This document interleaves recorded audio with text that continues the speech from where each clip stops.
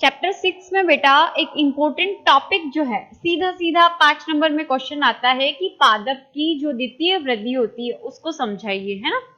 तो ये जो टॉपिक है बहुत इंपॉर्टेंट है क्योंकि सीधा जो है 4 या 5 नंबर का क्वेश्चन आता है, मोस्ट प्रोबेबली इसको 5 नंबर के क्वेश्चन के अंदर डाला जाता है ना।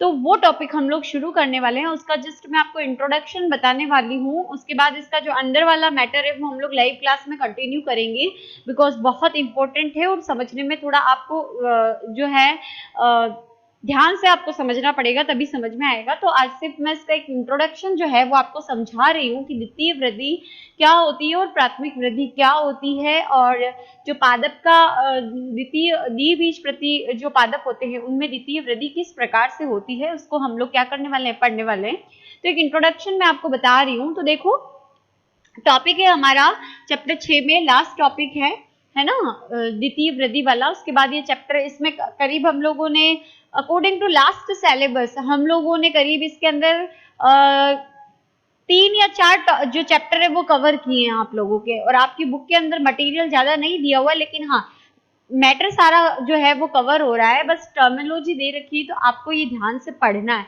और इम्पोर्टेंट है बेटा, है ना। तो लास्ट टॉपिक है हमारे चैप्टर 6 का पादपों की द्वितीय वृद्धि।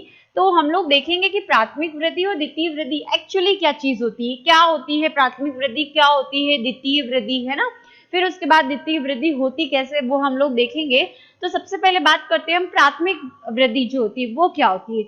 तो शीर्ष विभाजित कोशिकाओं में विभाजन के बाद विभेदित होकर कोशिकाएं पादप की लंबाई में वृद्धि करती है, इस वृद्धि को प्राथमिक वृद्धि कहते हैं। एक चैप्टर हम लोगों ने पढ़ा था जिसके अंदर हमने पादप उत्तक के बारे में पढ़ा था और जिसमें हम लोगों ने पढ़ा था विभेजित उत्तक। विभेजित उत्तक में हमने स्थिति के आधार पर उत्तक जो देखे थे वो 3 प्रकार के देखे थे बेटा, इस तरीके से। एक तो था जो जड़ ले लो या तना ले लो, उसके अग्र हिस्से, मतलब ये मान लो जड़ है या तने का आगे वाला हिस्सा है, तो यहाँ पर जो विभेजितक उत्तक पाया जाता है जिसे कहा जाता है शीर्षस्थ, है ना। फिर यहाँ पर बीच में स्थायी उत्तक आ जाते हैं, फिर विभाजन वाला उत्तक अगर आ जाता है तो उसे बोला जाता है अंतर्वेशी, ये हम लोगों ने पढ़ा था। और इधर साइड में जो उत्तक होता है जिसकी कोशिकाएं विभेजित होती रहती है, समसूत्री विभाजन करती रहती है, जिसे हम लोग क्या कहते हैं, पार्श्व विभेजितक।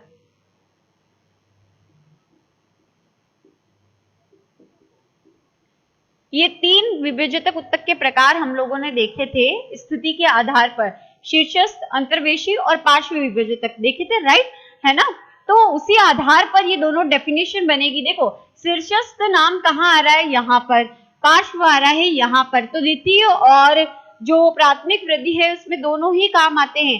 तने के साइड में जो होती है उत्तक, जो जिसकी कोशिकाएं विभाजित होती रहती है, विभेदित होने का मतलब एक कोशिका से 2 बनेगी, 2 से क्या होगी, इन 2 से फिर बनेगी, टोटल 4 हो जाएगी। तो ये विभाजन होना जिन कोशिकाओं में पाया जाता है, यानी जिस उत्तक की कोशिकाएं विभेदित होती रहती है उसे हम क्या कहते हैं, विभेजितक उत्तक कहते हैं, ये हमको पता है।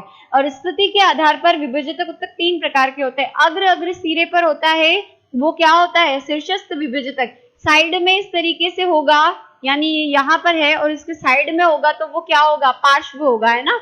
और इनके बीच में जहां पर शीर्षस्थ विभेजितक का ही कुछ हिस्सा जो है वो पीछे रह जाता है, छूट जाता है, उसे हम अंतर्वेशी कहते हैं। हम लोगों ने ये 3 प्रकार पढ़े थे ना विभेजितक उत्तक के टाइम, है ना। तो देखो अभी हम लोग समझते हैं डेफिनेशन प्राथमिक वृद्धि में।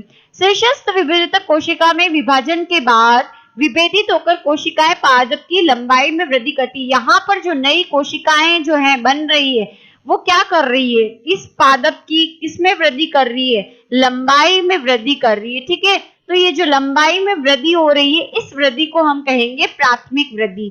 समझ में आ गया कि पौधों की लंबाई में जो वृद्धि होती है किसके फलस्वरूप, शीर्षस्थ जो विभेजितक होता है उसकी कोशिकाओं में विभाजन के फलस्वरूप। आगे बात समझ में, यानी जड़ और तने के अग्र सिरे पर जो कोशिकाएं होती है वो विभेदित करके इसकी लंबाई को बढ़ाती है, उसे हम प्राथमिक वृद्धि कहते हैं। अब बात आती है द्वितीय वृद्धि की। तो द्विबीजपत्री और अनावृत बीजी लेकिन बहुवर्षीय, ये चीज ध्यान रखना, जो कई सालों तक जिंदा रहते हैं, जिनका जीवन काल कई वर्ष तक होता है ना।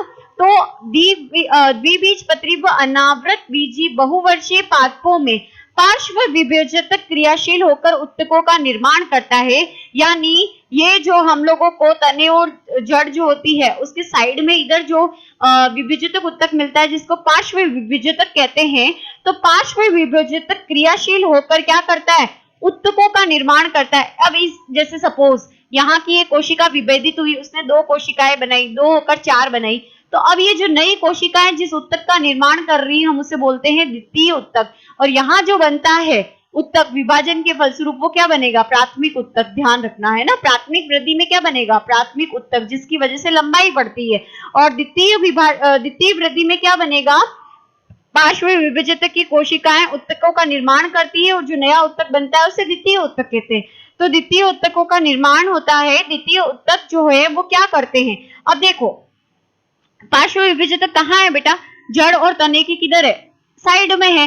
तो यहाँ अगर कोशिका विभाजित होगी तो क्या चीज बढ़ेगी, चौड़ाई बढ़ेगी कि नहीं बढ़ेगी, ऑटोमेटिकली ये चौड़ा हो जाएगा। तो द्वितीय वृद्धि का काम क्या है, तने या जड़ की मोटाई को बढ़ाना या फिर क्या करना, इसके व्यास को बढ़ाना, कुछ भी लिख सकते हैं हम, है ना। तो क्या चीज ध्यान रखनी है कि पौधे के जो जड़ और तने वाला हिस्सा है उसके जो पार्श्व विभेजक है उसके अंदर विभाजन होता है, प्लस इस विभाजन से जो उत्तक बनते हैं उन्हें द्वितीय उत्तक कहते हैं, ठीक है।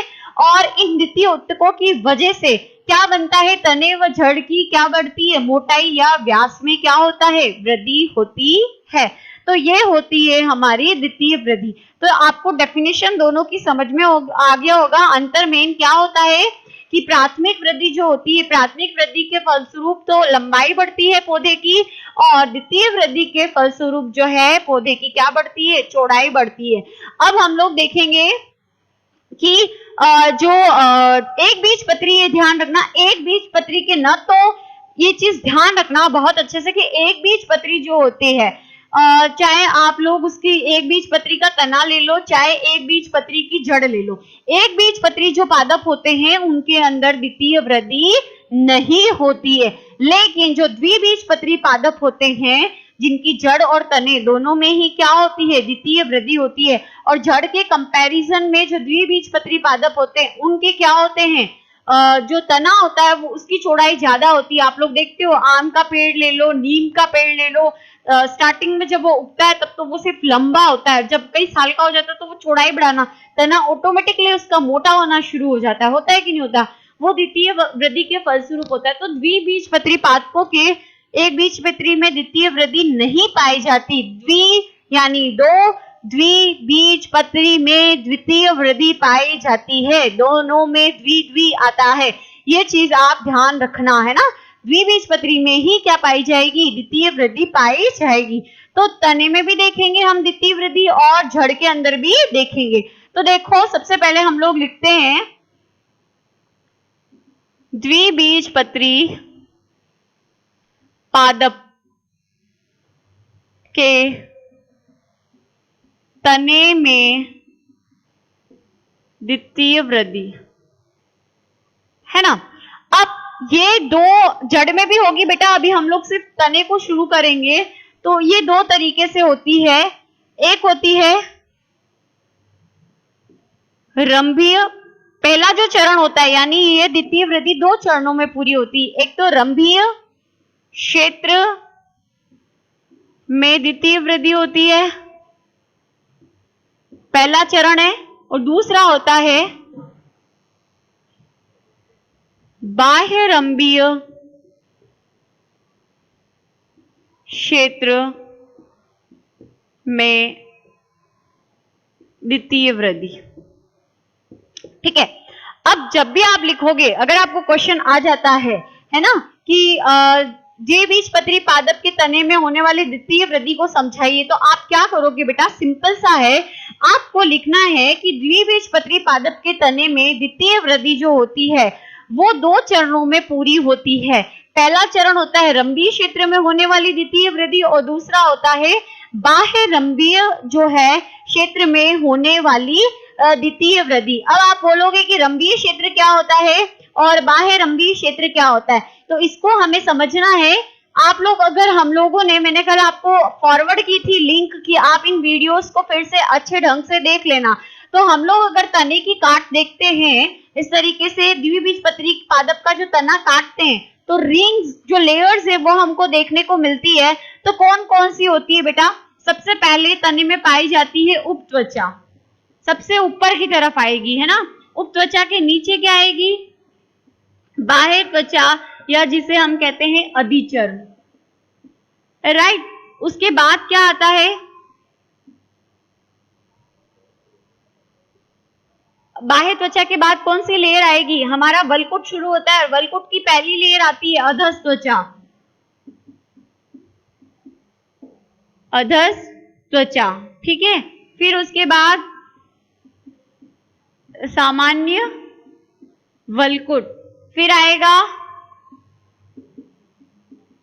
अंतस त्वचा, ठीक है। ये तीनों ही किसका निर्माण करते हैं? वलकुट का, ये वलकुट कहलाते हैं, ठीक है।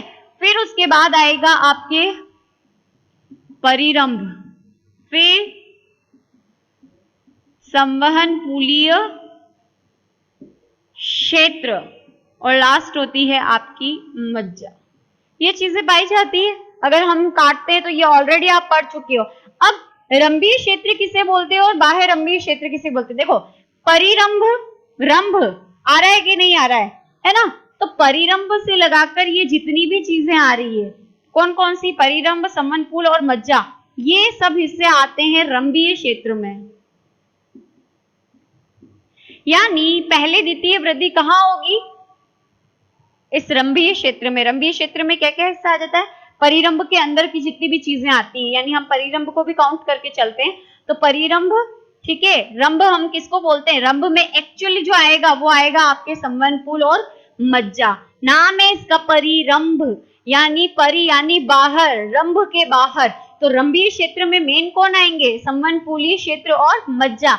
नाम आ रहा है परिरंभ, परि यानी बाहर, रंभ यानी रंभ वाले क्षेत्र के बाहर, ठीक है। तो ये रंभ वाले क्षेत्र के बाहर है। तो रंभ में निर्माण, रंभ का निर्माण किससे होगा?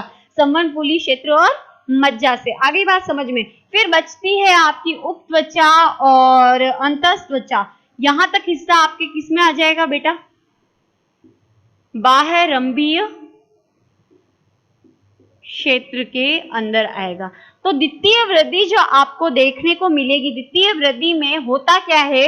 एक्चुअली द्वितीय जाइलम बनता है और द्वितीय क्या बनता है? फ्लोएम बनता है। मेन चीजें तो यही होती है ना। तो संवहन पूल जो होते हैं उनका निर्माण जाइलम और फ्लोएम से होता है। तो कहने का मतलब है, हम कनेक्ट कर सकते हैं यहाँ पर कि कहीं ना कहीं इससे क्या होगा? इन क्षेत्रों में पहले क्या होगी? द्वितीय वृद्धि होगी। आगे बात समझ में। तो पहले जो होगी रंभीय क्षेत्र में होगी और फिर बाह्य रंभीय क्षेत्र में क्या होती है?